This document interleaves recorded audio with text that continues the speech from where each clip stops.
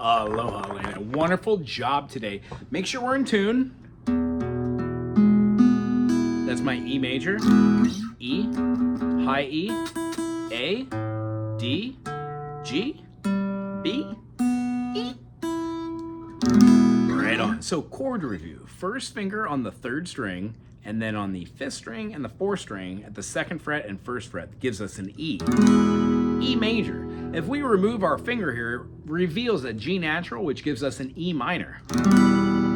Now, when we play that same phrasing, but we don't start here on our G note, the G sharp, we start here on our B string for a C note, we get that movement. Same shape, but now it's not an E major, it's an A minor. We can't just simply remove one finger to make it. It would make it a sus chord, but what we could do is move this up so all three of these are covered. What we covered today is this is a very awkward chord for the fact that we play these three notes squished down and then leave this high E string to buzz. So when you play A like this, you only have one finger for awesomeness. I prefer to play it like this, playing the open A, the D at the second fret for an E note, the A there at the second fret on the G string, and then a C sharp on the B. All of these make an A major. Try it with all your fingers. It's our teeter-totters. And then the idea is if you can play an E major and you can move this up the fretboard going one minor second at a time, you'll find that some of these sound good, some of them don't. What I'd encourage you to do is play through all 12. First fret, second fret, third fret, fourth fret, 5th fret, 6th fret, 7th fret, 8th fret, 9th fret, 10th fret, 11th fret, 12th fret, 13th fret. It starts over again. So if we find that some of these sound good, some of them don't, you're gonna have a keener ear on which ones do. Play that same thing, E major, played in the second fingering. All we're doing is switching between our 1, 2, 3 finger, our 2, 3, and 4 finger. Move that up and try and bar that. These are bar chords. This is how we learn to play bar chords much more efficiently. B-A-R-R-E. We can do it with an A minor as well, to a B flat minor, B minor, C sharp minor, D minor, so on and so forth. And then our chord kind of today, our A major. Move that up a half step, squishing these three notes, of course, and then bar the whole first fret. Bar chords are hard. Don't be angry. It'll take a little minute for these to work out. The idea is you work into a fine spot and then you're building calluses and muscles. It will all come together sooner than later, I swear. The next thing we're gonna do is just talk about our two new chords-ish. I know A might have been a newer chord, but try and play that one.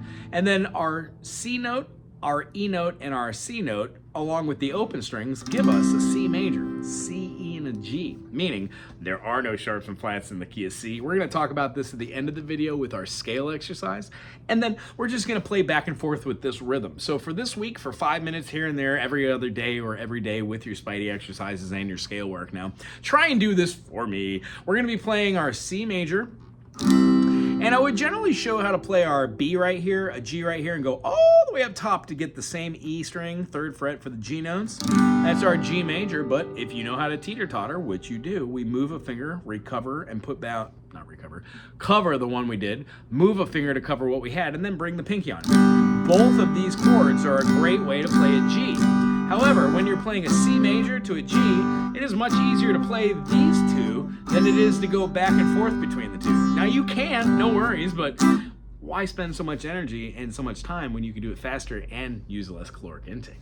So this week I'd like you to play a C, E, and G for a C major, and then move these two over and put the pinky down. Now if you leave the C note in there, it's a G sus. So we'll talk about why the C makes a G major a sus. It's because we use the fourth G, B, D. When we talk about these things, we'll understand every key does it. So when playing 1, 2, 3 to the G, or 1, 2, 3, 4, and 1, 2, all downstrokes. When you get really comfortable with going between the C major and the G major, try doing eighth notes. Down, up, down, up, down, up, down, up, down, up. If you get this far, try doing double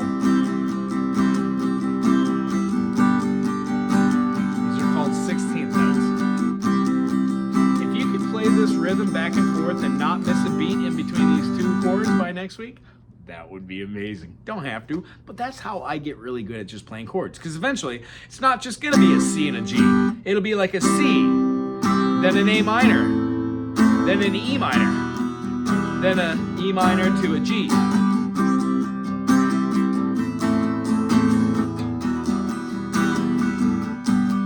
What I want to do is make sure that we're setting you up with a good foundation. One, so you know the vocabulary of what you're doing. Two, you're using fingers which are easier to play. And three, it's going in step of what you need to learn to be able to do awesomeness later. Yeah! So our last thing we're going to do is end on the 3 different types of scales for the key of C major. Remember, this is the scale that will be used all over the fretboard, and you'll understand this later. I'm going to play all 3 so you see them, but only concentrate on the first one. C major, C note, 3rd fret, 3rd finger. D string, open. E string, 2nd fret, 2nd finger.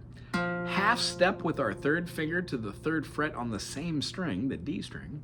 Our G string, the 3rd string, we're gonna play open. 2nd finger, 2nd fret to play the A note. We're gonna go open to play the B, 2nd string, and then 1st finger does our half step. Now remember, our half steps are 3 to 4 and 7 to 8, or 7 to 1. C, D, E, F, G, A, B, C.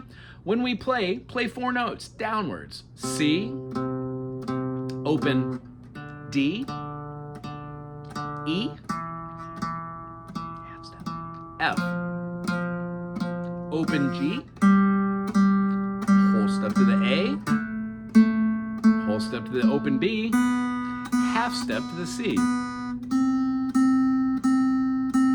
We don't go fast until we go slow.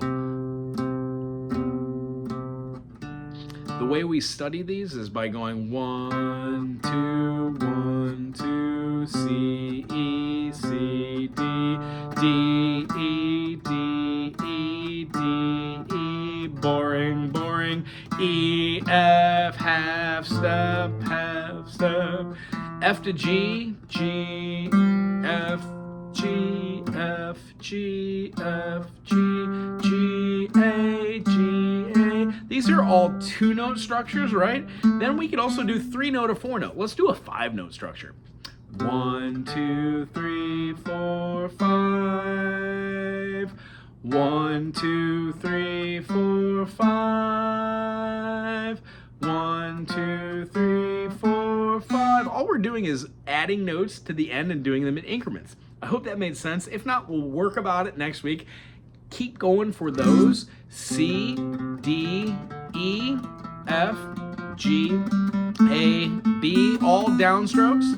And then next week, if you're getting faster at these, we do all upstrokes.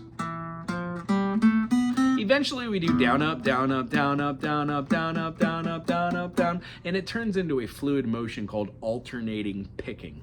Awesome. So work on those this week, and then just really quick, the other ones. This played the 3rd fret, 2nd fret, 1st fret, and open. When we play that same C note, not with our 3rd finger, but with our 2nd finger, we omit the 1st fret and the open. We only play on the 2nd fret, 3rd fret, 4th fret, and 5th fret, giving us 3rd fret for the C, pinky on the D, same string, 2nd fret for the E, there's our half step, but now it's with different fingerings than it was the other time. F goes to G at the 5th fret, 2nd fret for the A, B is no longer open, but it's at the 4th fret, whole step, and then again, half step to the C. C, D, E, F, G, A, B, C. The last one omits the 2nd, 1st, and open and uses the 1st finger on the C. C is the 3rd fret, D is the 5th fret, E is the 7th, F is the 3rd, G is the 5th, A is the 7th, B is the 4th, and half step then to that note. They can be played like that, but that's an awful stretch and you have to double back for your 4th fret. Not a fan of doing that. Betwixt all these 3, this quite literally is what every scale